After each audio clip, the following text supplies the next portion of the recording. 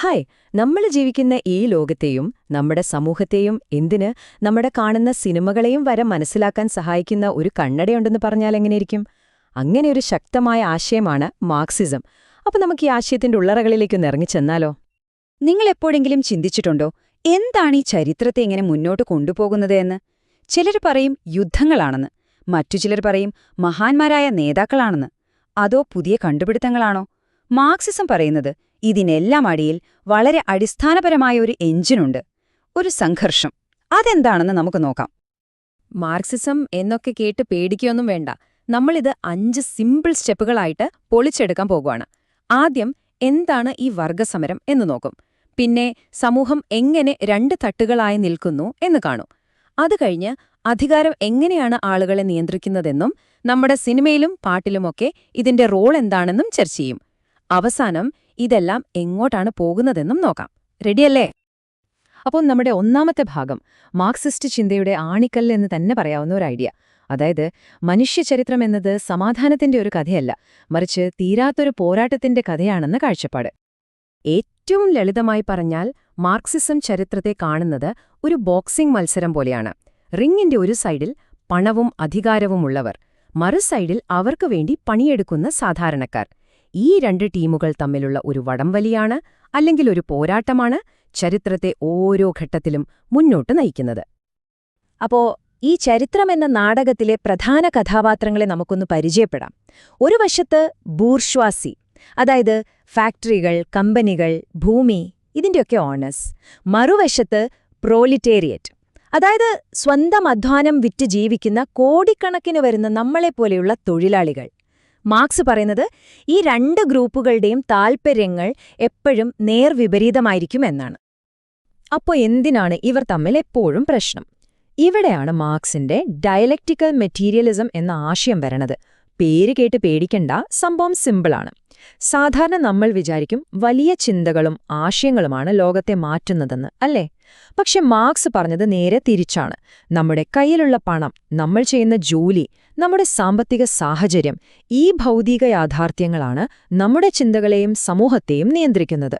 ചുരുക്കി പറഞ്ഞാൽ തലയിലെ ആശയങ്ങളെക്കാൾ പ്രധാനം വയറ്റിലെ വിശപ്പാണ്.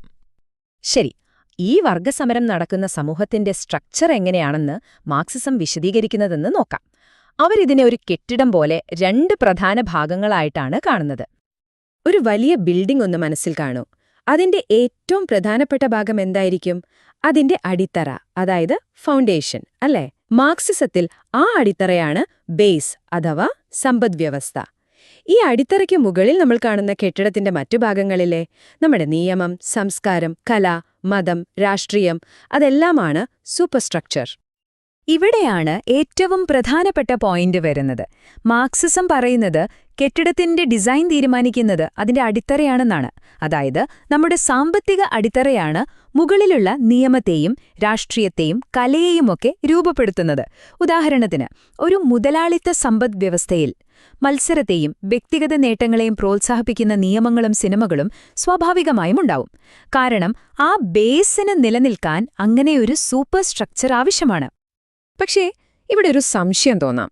എപ്പോഴും തോക്കും പോലീസും പട്ടാളവുമില്ലാതെ ഒരു ചെറിയ വിഭാഗം ആളുകൾക്ക് എങ്ങനെയാണ് ഇത്രയും വലിയൊരു ജനവിഭാഗത്തെ നിയന്ത്രിച്ചു നിർത്താൻ കഴിയുന്നത്? അവിടെയാണ് മാർക്സിസത്തിലെ ഏറ്റവും ഇൻട്രസ്റ്റിംഗ് ആയ ചില ആശയങ്ങൾ വരുന്നത്. അതിനുള്ള ഉത്തരമാണ് ഐഡിയോളജി അഥവാ പ്രത്യയശാസ്ത്രം.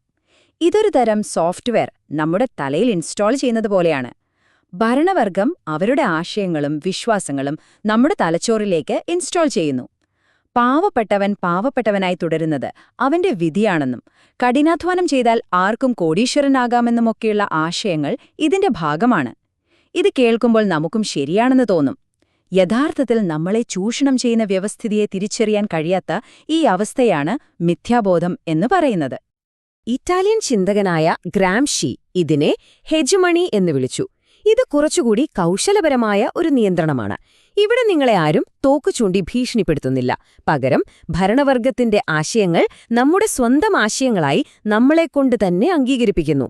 ഉദാഹരണത്തിന്, ഒരു നല്ല ജോലി, ഒരു വീട്, ഒരു കാർ എന്നതാണ് ജീവിതത്തിലെ ഏറ്റവും വലിയ വിജയമെന്ന് നമ്മളിൽ പലരും കരുതുന്നില്ലേ? അത് ശരിക്കും നമ്മുടെ ആഗ്രഹമാണോ, അതോ ഈ വ്യവസ്ഥിതി നമ്മളെക്കൊണ്ട് അങ്ങനെ ചിന്തിപ്പിക്കുന്നതാണോ? അതാണ് ഹെജ്മണി. ലൂയി അൽത്തൂസർ എന്ന ചിന്തകൻ ഈ നിയന്ത്രണത്തിന്റെ ടൂൾ കിറ്റിനെ രണ്ടായി തരംതിരിച്ചു. ഒന്ന് RSA, അതായത് റിപ്രസീവ് സ്റ്റേറ്റ് അപ്പാരറ്റസ്, ആളുകൾ അനുസരിച്ചില്ലെങ്കിൽ ബലം പ്രയോഗിക്കുന്ന പോലീസ്, സൈന്യം, ജയിലുകൾ പോലുള്ളവ. 2 ISA, ഐഡിയോളജിക്കൽ സ്റ്റേറ്റ് അപ്പാരറ്റസ്, ബലപ്രയോഗത്തിലൂടെ അല്ലാതെ ആശയങ്ങളിലൂടെ നമ്മളെ പരുവപ്പെടുത്തുന്ന സ്കൂളുകൾ, മാധ്യമങ്ങൾ, കുടുംബം, മതസ്ഥാപനങ്ങൾ എന്നിവ. ഇതിൽ രണ്ടാമത്തേതാണ് കൂടുതൽ ശക്തം.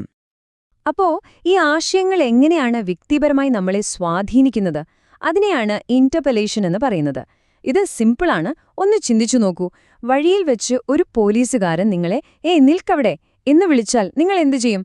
നിങ്ങളെ തിരിഞ്ഞു നോക്കും, അല്ലേ? കാരണം ആ വിളി നിങ്ങൾക്കുള്ളതാണെന്ന് നിങ്ങൾ തിരിച്ചറിയുന്നു. അതുപോലെ ഒരു നല്ല വിദ്യാർത്ഥി, ഒരു നല്ല പൗരൻ എന്നൊക്കെ സമൂഹം നമ്മളെ വിളിക്കുമ്പോൾ നമ്മളത് സ്വീകരിക്കുന്നു. ആ റോള് നമ്മൾ സ്വയം തെരഞ്ഞെടുത്തതാണെന്ന് നമ്മൾ വിശ്വസിച്ചു പോകുന്നു. ശരി, ഇനി നമുക്ക് കുറച്ചുകൂടി രസകരമായ ഒരു മേഖലയിലേക്ക് പോകാം. നമ്മൾ ആസ്വദിക്കുന്ന സിനിമ, സാഹിത്യം, കല എന്നിവയൊക്കെ നിഷ്കളങ്കമായ വിനോദങ്ങൾ മാത്രമാണോ? മാർക്സിസം പറയുന്നത് അല്ല എന്നാണ്. ഫ്രാങ്ക്ഫർട്ട് സ്കൂളിലെ ചിന്തകർ കൾച്ചർ ഇൻഡസ്ട്രി അഥവാ സംസ്കാര വ്യവസായം എന്നൊരാശയത്തെക്കുറിച്ച് സംസാരിച്ചു. ഇന്നത്തെ കാലത്തിത് വളരെ പ്രസക്തമാണ്. സിനിമ, പാട്ട്, വെബ് സീരീസ് എന്നിവയെല്ലാം ലാഭത്തിനു വേണ്ടി വൻതോതിൽ നിർമ്മിക്കുന്ന ഫാക്ടറി ഉൽപ്പന്നങ്ങൾ പോലെയായി മാറിയിരിക്കുന്നു. ഇതിന്റെ പ്രധാന ലക്ഷ്യമെന്താണ്? നമ്മളെ ചിന്തിപ്പിക്കാതിരിക്കുക, താൽക്കാലികമായ സന്തോഷങ്ങൾ നൽകി നിലവിലുള്ള വ്യവസ്ഥിതിയെ ചോദ്യം ചെയ്യാൻ പ്രേരിപ്പിക്കാതെ ഒരു നല്ല ഉപഭോക്താവായി മാത്രം നിലനിർത്തുക. അപ്പോൾ ഒരു മാർക്സിസ്റ്റ് ചിന്തകന്റെ കണ്ണിലൂടെ ഒരു സിനിമ കാണുകയോ പുസ്തകം വായിക്കുകയോ ചെയ്താൽ അവരെന്തൊക്കെ ശ്രദ്ധിക്കും? റേമണ്ട് വില്യംസ് പറയുന്നു, അവർ പ്രധാനമായും 3 കാര്യങ്ങൾ ചെയ്യും. 1. ആ കലാസൃഷ്ടി ഏത് വർഗത്തിന്റെ ആശയങ്ങളാണ് പ്രചരിപ്പിക്കുന്നതെന്ന് നോക്കും. 2. കൊമേഴ്ഷ്യൽ സിനിമകളെയും പാട്ടുകളെയും പോലും വളരെ ഗൗരവമായി പഠിക്കും. 3. ആ സിനിമയോ പുസ്തകമോ ഉണ്ടായ കാലഘട്ടത്തിലെ സാമ്പത്തിക, സാമൂഹിക സാഹചര്യങ്ങളുമായി അതിനെ ബന്ധിപ്പിച്ച് വിശകലനം ചെയ്യും. നമ്മൾ ഒരുപാട് സങ്കീർണമായ കാര്യങ്ങൾ ചർച്ച ചെയ്തു. ഇപ്പോൾ നമ്മൾ അവസാന ഭാഗത്തേക്ക് എത്തുകയാണ്. ഇത്രയൊക്കെ വിശകലനം ചെയ്യുന്നതിന്റെ യഥാർത്ഥ ഉദ്ദേശം എന്താണ്? വെറുതെ കാര്യങ്ങൾ മനസ്സിലാക്കിയിരിക്കാൻ വേണ്ടിയാണോ? അതിനുള്ള ഏറ്റവും നല്ല ഉത്തരം കാൾ മാർക്സ് തന്നെ നൽകിയിട്ടുണ്ട്. തത്വചിന്തകൾ ലോകത്തെ പല രീതിയിൽ വ്യാഖ്യാനിച്ചിട്ടേയുള്ളൂ, പക്ഷെ പ്രധാന കാര്യം അതിനെ മാറ്റിമറിക്കുക എന്നതാണ്. അതായത് മാർക്സിസം വെറുമൊരു തിയറിയല്ല, അത് ലോകത്തെ അനീതികൾ തിരിച്ചറിയാനും അതിനെതിരെ പ്രവർത്തിക്കാനുമുള്ള ഒരു ഉപകരണം കൂടിയാണ്. ഈ വിശദീകരണം നമ്മളിവിടെ നിർത്തുകയാണ്. പക്ഷെ ഒരു ചോദ്യം ബാക്കി വെച്ചുകൊണ്ട്, ഫാക്ടറി തൊഴിലാളികളുടെ കാലത്ത് രൂപപ്പെട്ട ഈ ആശയങ്ങൾക്ക് ഇന്ന് ഗിഗ് വർക്കർമാരുടെയും ആർട്ടിഫിഷ്യൽ ഇന്റലിജൻസിന്റെയും സോഷ്യൽ മീഡിയയുടെയും ലോകത്ത് എന്ത് പ്രസക്തിയാണുള്ളത്? ചരിത്രത്തെ മുന്നോട്ട് നയിക്കുന്ന ആ സംഘർഷം ഇന്നും തുടരുന്നുണ്ടോ? നിങ്ങളുടെ അഭിപ്രായങ്ങൾ എന്താണ്? ഒന്ന് ആലോചിച്ചു നോക്കൂ.